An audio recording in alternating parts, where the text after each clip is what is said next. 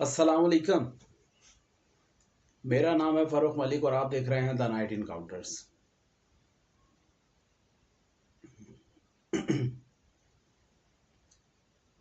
پچھلی پارٹ کے اندر ذکر کیا تھا کہ دونوں جھکی کے اندر داخل ہو گئے، وہ بابا بھی اور بابا کے پیچھے پیچھے ملک فاخر بھی.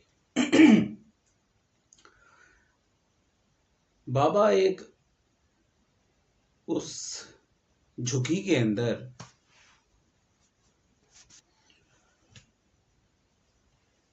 جھکی کا ماحول ایسا تھا کہ جھکی میں کوئی خاص چیزیں تو پڑی نہیں تھی. ایک کونے میں بہت زیادہ شاپر پڑے ہوئے تھے، کپڑے تھے ان کے اندر، یا بستر تھے یا چادریں تھی، پتہ نہیں کیا تھا. دوسری طرف ایک چارپائی تھی اور چارپائی کے بالکل ساتھ چٹائی پڑی ہوئی تھی. اس چٹائی پہ جا کے بابا بیٹھ گیا. بابے نے کہا بیٹھ جا. ملک فاخر بابے کے بالکل سامنے آ کے بیٹھ گیا.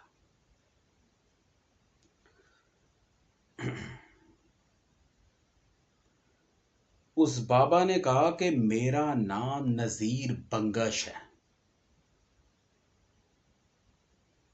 عملیات کا ایک بہت بڑا سمندر ہے کہ جس کا ایک غوطہ خور ہوں، بڑا ماناوا میں.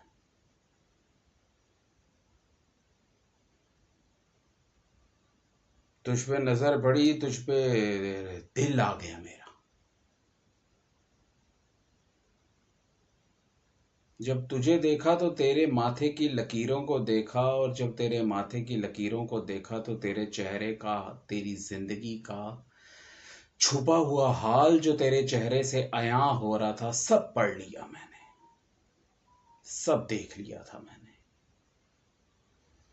میں جانتا تھا کہ تو ڈرے گا، تو گھبرائے گا، لیکن تجھے اکیلا نہیں چھوڑا میں نے. تجھے میں نے وہاں فلاں جگہ پہ بھیجا تھا کہ وہاں پہ جا کے تعویذ رکھ کے آ، تب بھی میری نظر تجھ پہ تھی. جب تو نے ڈھول کی تھاپ سنی تب بھی میں جانتا ہوں کہ وہ تھاپ کس کی تھی. اور جب تجھے چیخوں کی آوازیں آئیں تو یہ بھی جانتا ہوں کہ کس نے چیخیں ماری. میں یہ بھی جانتا ہوں کہ جب تو قبرستان سے باہر نکل چکا تھا، پیچھے سے تو نے آواز جو سنی وہ کس کی آواز تھی. لیکن پہلا پڑاؤ تجھے مبارک ہو کہ تو نے بڑی کامیابی سے اور خوش اسلوبی سے اس کو انجام دے دیا ہے. اب تجھے ایک اور کام کرنا ہے. کر سکے گا؟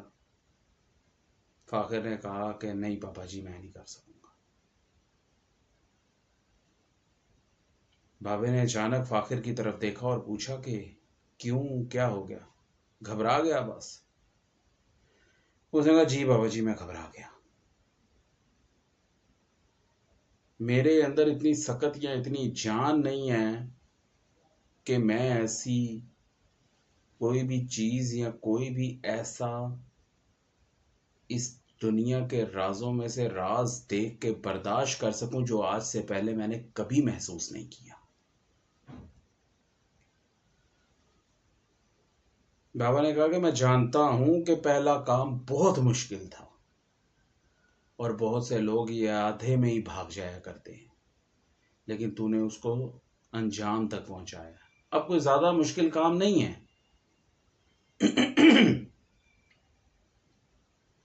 دیکھ، بات ہے سیدھی سی، اور وہ بات یہ ہے کہ میری موت کا وقت آ چکا ہے. میں نے اپنی زندگی میں کوئی اچھے عمل کیے یا نہیں کیے، لیکن میری زندگی میں ہمیشہ اپنی عملیات کو لے کے اتنی الجھنیں رہیں کہ میں اپنے انہی کاموں کے اندر اتنا بیزی رہا، اتنا مصروف رہا کہ میں کسی انسان کے لیے کبھی کچھ کر ہی نہیں پایا. مجھے نہیں پتا کہ تجھے دیکھ کے میرے دل میں ایسی کیا چیز آئی کہ میں نے سوچا کہ تجھ سے یہ کام کروا لوں. تجھے صرف اتنا کرنا ہے کہ مجھے دفن کر دینا ہے، یہ کام کر دے۔ میں جب مروں تو میرے مرنے کے بعد مجھے دفن کر دینا، کیونکہ میری لاش یہیں پہ گل سڑ جائے گی اور کسی کو پتہ نہیں چلے گا۔ میرے اندر کو کینسر کھا رہا ہے اور یہ کینسر کی بیماری مجھے پوری طرح چاٹ جائے گی۔ میں تیرے لیے یہ کر دوں گا کہ تجھے ایک ایسا رستہ دکھا سکوں گا، ایک ایسا عمل تیرے سے کروا دوں گا کہ جس کے بعد تو جو چاہے گا وہ کر سکے گا۔ بدلے میں صرف ایک چیز مانگتا ہوں کہ جب میں مر جاؤں تو میری لاش کو دفن کر دینا، چاہے کہیں بھی کر، لیکن میری لاش کو زمین ملنی چاہیے، میری لاش بے یار و مددگار لاوارثوں کی طرح اس جھکی میں نہ پڑی رہے۔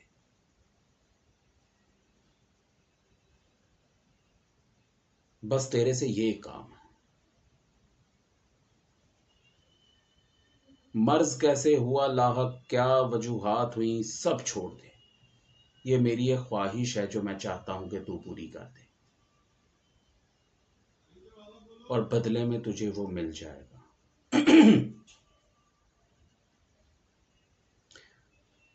سوچنے لگ گیا ملک فاخر کہ اس کی بات کا میں اب کیا جواب دوں۔ یہ اتنا چاہ رہا ہے کہ میں اس کی لاش کو دفن کر دوں، تو میں نے تو آج تک کبھی کسی کو دفن بھی نہیں کیا، کیسے دفن کروں؟ مجھے تو دفن کرنے کے قوانین بھی نہیں پتا۔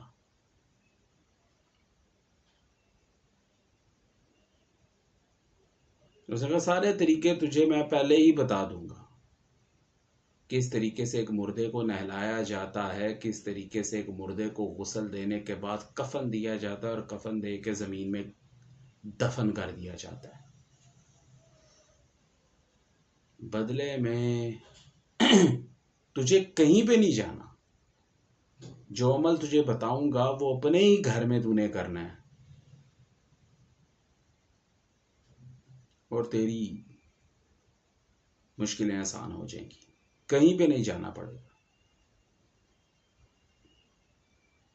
تو اس نے کہا کہ ٹھیک ہے بابا جی، آپ مجھے طریقہ بتائیں، میں آپ کا وہ عمل کروں گا، میں آپ کی یہ خواہش پوری کروں گا۔ بابا خوش ہو گیا۔ بابا نے کہا جا پھر، وقتاً فوقتاً مجھ سے ملتا ہی رہنا۔ بابا نے اس کو طریقہ کار بھی بتایا کہ کس طریقے سے دیا جاتا ہے، جانتا تو وہ بھی تھوڑا بہت تھا، لیکن منطق سمجھ نہیں آئی کہ یار میں ہی کیوں، میں ہی یہ کام کیوں کروں گا؟ میں نے تو آج تک کبھی کوئی مردہ نہیں نہلایا، لیکن یہ منطق ضرور سمجھ میں آ رہی تھی کہ لاوارث بابا ہے، مر جائے گا تو اسی جھکی میں پڑا رہ جائے گا، کسی کو اس کی لاش کا بھی نہیں پتا چلے گا، اور اس ویرانہ، جس طریقے کا یہ ویرانہ ہے اور یہاں کے جو بھوکے کتے ہیں اس کی لاش کو بھمبھوڑ ڈالیں گے۔ تو جو کچھ جیسے ہو سکا ویسا کر دوں گا، تدفین کرنی ہے کر دوں گا میں۔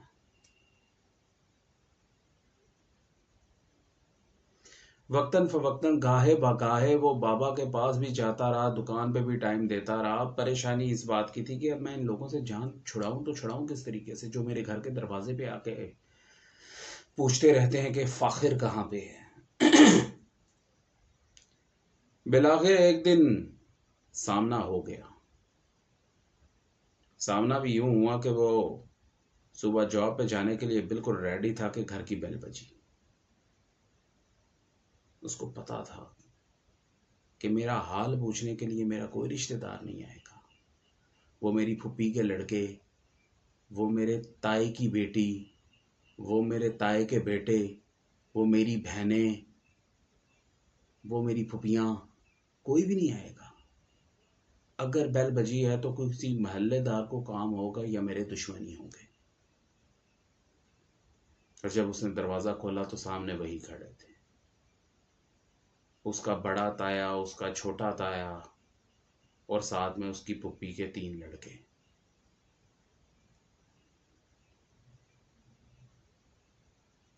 اتفاق سے اس کے تائی کی بڑی بیٹی بھی آج ساتھ تھی.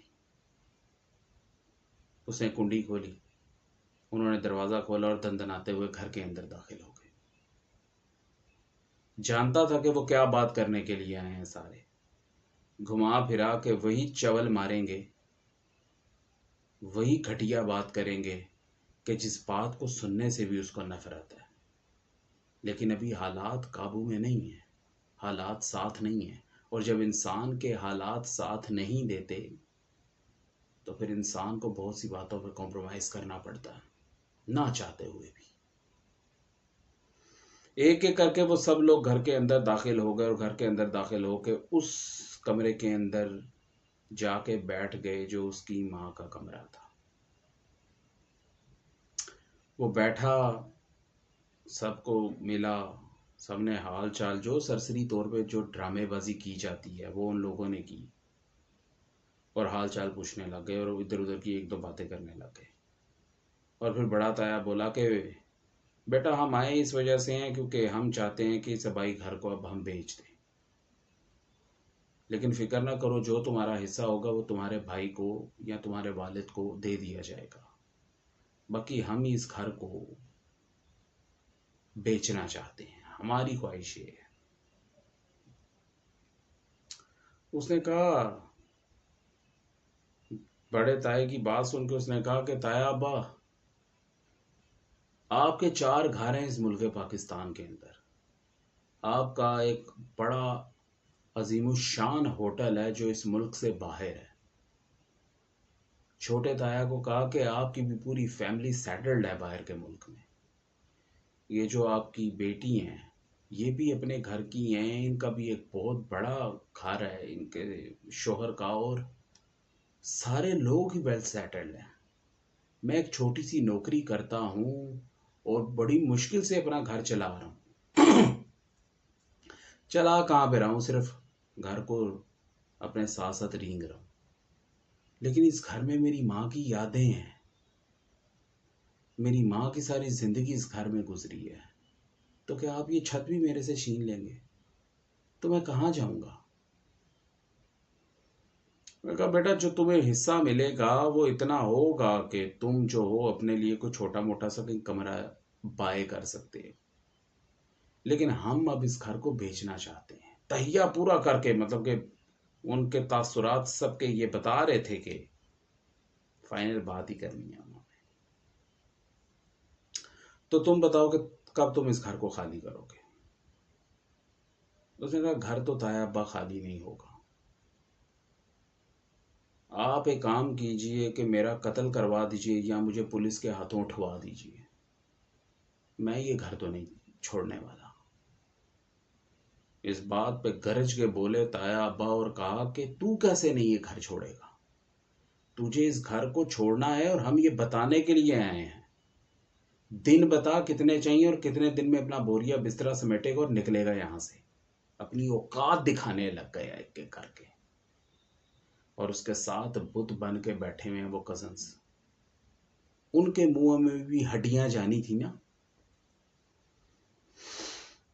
وہ جو تایا ابا کی بیٹی جو اپنے آپ کو ماں کہتی تھی کہ تیری ماں اگر اس دنیا میں نہیں ہے تو میں تیری ماں کی جگہ پہ ہوں، وہ ماں آج سامنے بیٹھ کے اپنے باپ کے ساتھ ملک فاخر کی چھت چھیننے پہ تلی تھی.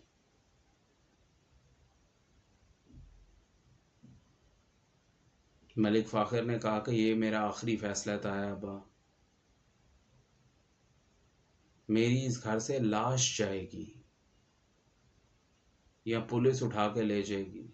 پولیس چھوڑے گی تو پھر اسی گھر کے دروازے پہ آ کے بیٹھ جاؤں گا. اس گھر میں میری ماں رہتی ہے، میرے پاس اس یادوں کے علاوہ اور کوئی نہیں ہے. میری ماں کا باہر صوفے پہ بیٹھ کے سبزی چھیلنا، میری ماں کا باہر صوفے کے ساتھ کرسی رکھ کے نماز پڑھنا بیٹھ کے، اس کرسی میں میری ماں ہے. اس باہر والے صوفے پہ میری ماں ہے. یہ جس بیڈ پہ بیٹھ کے میں آپ سے بات کر رہا ہوں اس بیڈ کے سلوٹوں میں میری ماں ہے. میں اس گھر کی ایک ایک چیز سے بڑی محبت کرتا ہوں، مجھ سے میرا یہ گھر مت چھینیے۔ اس نے دہائی دینی شروع کر دی۔ تو اس کو اس کی وہ سو کالڈ جو کزن تھی نا، وہ تایا ابا کی بیٹی، وہ سمجھا رہی ہے کہ دیکھو فاخر، بڑوں نے فیصلہ کیا تو کچھ سوچ کے ہی کیا ہے، تمہیں بھی ایک اچھی جگہ کوئی نہ کوئی مل ہی جائے گی، دنیا بہت بڑی ہے۔ یہ وہ جو اپنے آپ کو ماں کہتی تھی، اس کے یہ الفاظ تھے۔ تو ضد مت کرو، گھر کو بیچنے دو، گھر کا کوئی حال نہیں رہا، کہتا ہے نہ رہے، دیواریں گر جائیں، چھت گر جائے، میں روڑی بنا کے اس گھر میں رہ لوں گا، لیکن جب تک میں زندہ ہوں مجھے رہنے دو، میں مر جاؤں تو پھر آگ لگا دینا بے شک اس گھر کو، لیکن جب تک زندہ ہوں مجھے میری ماں کی یادوں کے ساتھ رہنے دو۔ تایا چھوٹا کھڑا ہو گیا اور اس نے کہا کہ یہ تو نہیں سمجھے گا، تو اس کو اسی کی زبان میں اب سمجھائیں گے۔ چلو اٹھو، چلو سارے ادھر سے۔ جاتے ہوئے صحن میں کھڑے ہو کے گرجدار آواز نے بڑا تایا نے کہا کہ تیرے پاس ایک ہفتہ ہے، اس ایک ہفتے میں اگر تو نہیں جائے گا تو پھر تجھے بھیج دیا جائے گا۔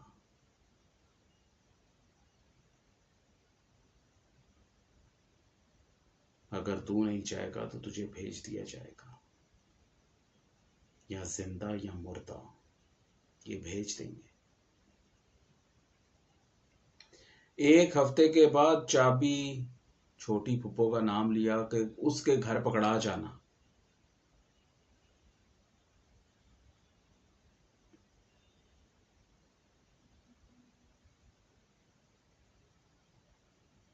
آگے کیا ہوا اس کا ذکر کریں گے اپنے اگلے پارٹ میں۔ تب تک کے لیے اجازت دیجیے، اللہ نگہبان۔